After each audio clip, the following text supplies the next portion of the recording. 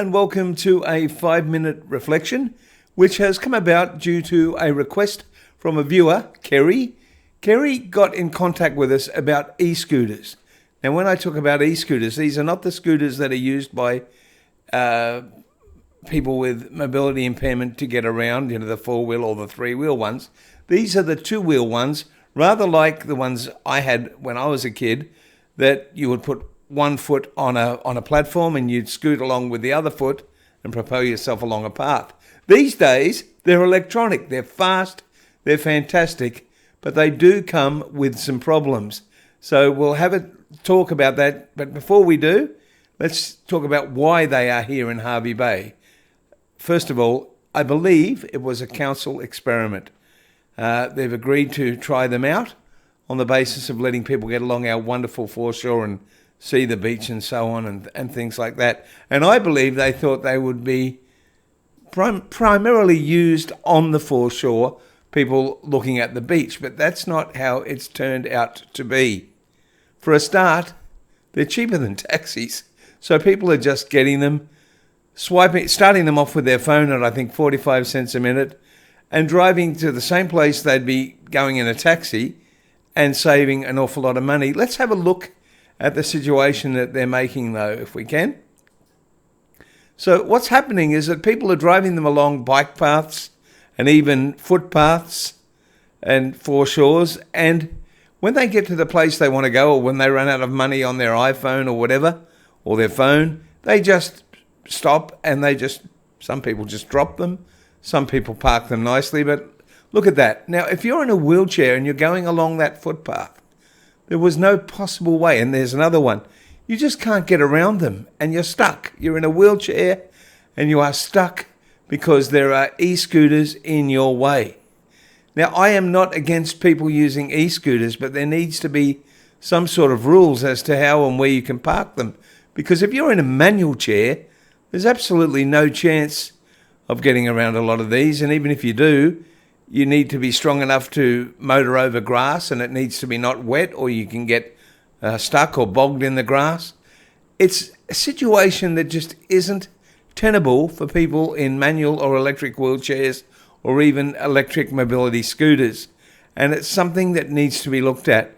The other thing is, they are fast, and when I mean fast, I don't know how fast they go, but they scoot past me, if you'll pardon the pun, at an incredible rate and cut in front of me.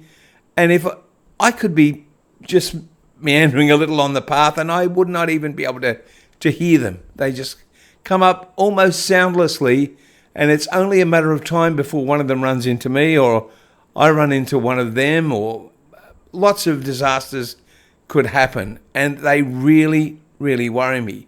So why not at least govern the speed of them?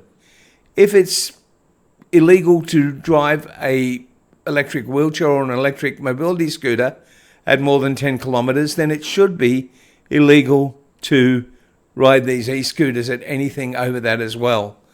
And if they were to reduce the maximum speed, people would stop using them as taxis and use them for the recreation that I believe that they were meant for. And really, let's face it, it's actually impacting the taxi industry in our small town as well, because the taxis are missing out on their livelihood.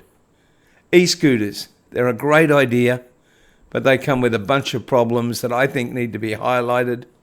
I'm sorry it's taken me so long, Kerry, to get this done, but it's here for you now, and I really appreciate you asking us to do this particular segment. Now, before we finish, let's have a talk about some of our supporters, if we can. People that are making these programs possible. IOMI, who do home automation. Hello World Travel in Hervey Bay, who are looking after all our bookings for our accessible travel. There's Travel Card in there, who are not really a supporter, but we like them because they did some wonderful health insurance for us. Totally Mobile, who actually hire real mobility scooters, wheelchairs, they sell them, and other mobility aids as well. Simple Solutions, who are an NDIS provider and trainer, and just all-round supporter of everything to do with accessibility and disability in this area, and they're expanding to other areas as well. And last but not least, Thanks to the NDIS, because without their help, which is making my life easier to live, I wouldn't have the energy or the ability to keep making these programs. Don't forget to subscribe. It's a wonderful thing. We've got a lot of people watching our videos and our segments on Facebook, but that does not help us make money in the YouTube arena. So if you wouldn't mind, just subscribe on YouTube, hit the notification bell, and help us grow this channel so we can do more good for people and hopefully entertain as well. Thanks very much for listening to this one on e-scooters. We'll see you again in a few days with a segment on traveling around Paris.